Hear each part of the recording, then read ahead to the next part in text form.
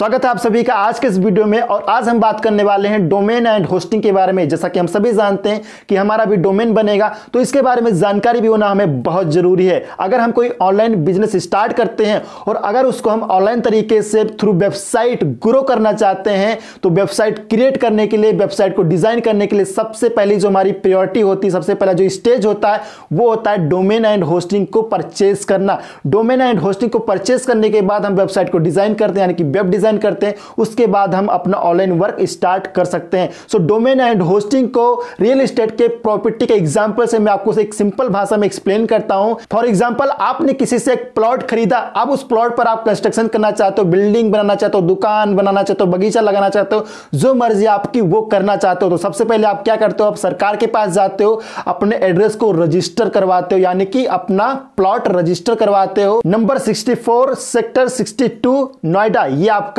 Address है, इसको आप रजिस्टर करवाते हो। रजिस्टर करवाने के बाद, यानी कि रजिस्ट्री करवाने के बाद, इस एड्रेस पे आपका अधिकार होता है, इस प्लॉट पे आपका अधिकार होता है। अगर इस एड्रेस पे कोई चिट्ठी आती, कोई पर्सन आता है, तो वो आप तक पहुंचेगा। यानी कि डोमेन जो आपका होता है, जो आपका एड्रेस होता है, उसी के जरिए आप तक पहुंचते हैं लोग, उसी के जरिए आपको पहचान पाते हैं, आपके बिल्डिंग को पहचान पाते हैं और आप तक पहुंचते हैं। सेम चीज है डोमेन एंड होस्टिंग में। डोमेन आपका एड्रेस होता है, जो हमारा डोमेन होता है वो हमारा एड्रेस होता है, यानी कि onpassive.com ये एड्रेस है, इसे ही हम डोमेन कहते हैं। अगर कोई पर्सन इस वेबसाइट के थ्रू, यानी कि इस एड्रेस पे आता है, तो वो आप तक पहुंचेगा, आपके वेबसाइट पर पहुंचेगा। यानी कि वेबसाइट तक पहुंचने के लिए हमें डोमेन की आवश्यकता होती है, यानी कि हमें एड्रेस की आवश्यकता होती है, तब वो जाके आप तक पहुंचता है। सो डोमेन आपका एड्रेस होता है, आपकी पहचान होती है, इसी के जरिए लोग आप तक पहुंचते हैं और आपके वेबसाइट पर उपलब्ध डाटा को, इंफॉर्मेशन को पढ़ते हैं, रीड करते हैं और अपनी आवश्यकता अनुसार उसको कलेक्ट करते हैं। और दूसरा वर्ड है होस्टिंग। होस्टिंग हम उसे कहते हैं जो आपका प्लॉट होता है, जो आपका स्पेस होता है, लोकेशन, एरिया, जो आपकी जगह होती है,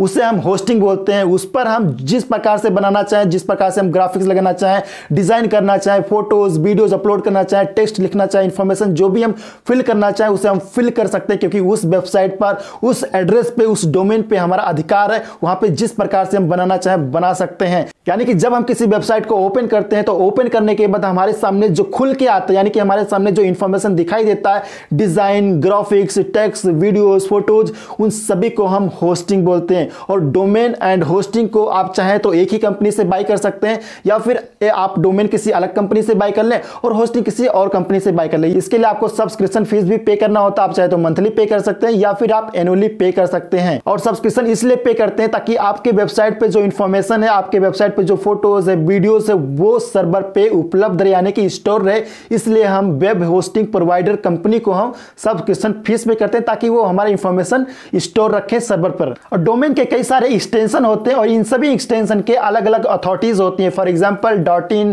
.com, .org, .gov, .in, कई सारे एक्सटेंशन होते हैं और इन सभी एक्सटेंशन के अलग अलग अथॉरिटीज होती हैं। फॉर एग्जांपल .in इंडिया की अथॉरिटीज में आता है, .gov अगर हमारी कोई गवर्नमेंट की वेबसाइट है तो .gov.in के अंदर आता है, अगर हमारी कोई ऑर्गेनाइजेशन है तो .org के अंदर आता है। इसी तरह से कई प्रकार के एक्सटेंशन होते हैं और हर एक एक्सटेंशन के अलग अलग अथॉरिटीज होती हैं। जिस कैटेगरी का हमारा बिजनेस होता है, उसी कैटेगरी के एक्सटेंशन में हम अपना डोमेन परचेज कर लेते हैं, होस्टिंग परचेज कर लेते हैं और हम अपना ऑनलाइन बिजनेस स्टार्ट कर देते हैं। सो इस प्रकार से डोमेन एंड होस्टिंग परचेज करने के बाद, वेबसाइट को डिजाइन करने के बाद, हम अपना ऑनलाइन वर्क स्टार्ट कर सकते हैं और अपने ऑनलाइन वर्क को, यानी कि अपने बिजनेस को ऑनलाइन तरीके से डिजिटल मार्केटिंग के थ्रू, यानी कि वेबसाइट के थ्रू हम अपने बिजनेस को ग्रो कर सकते हैं। आई होप ये वीडियो आपको इंफॉर्मेटिव जरूर लगी होगी। वीडियो अच्छी लगी तो वीडियो को लाइक, शेयर एंड चैनल को सब्सक्राइब जरूर कीजिएगा।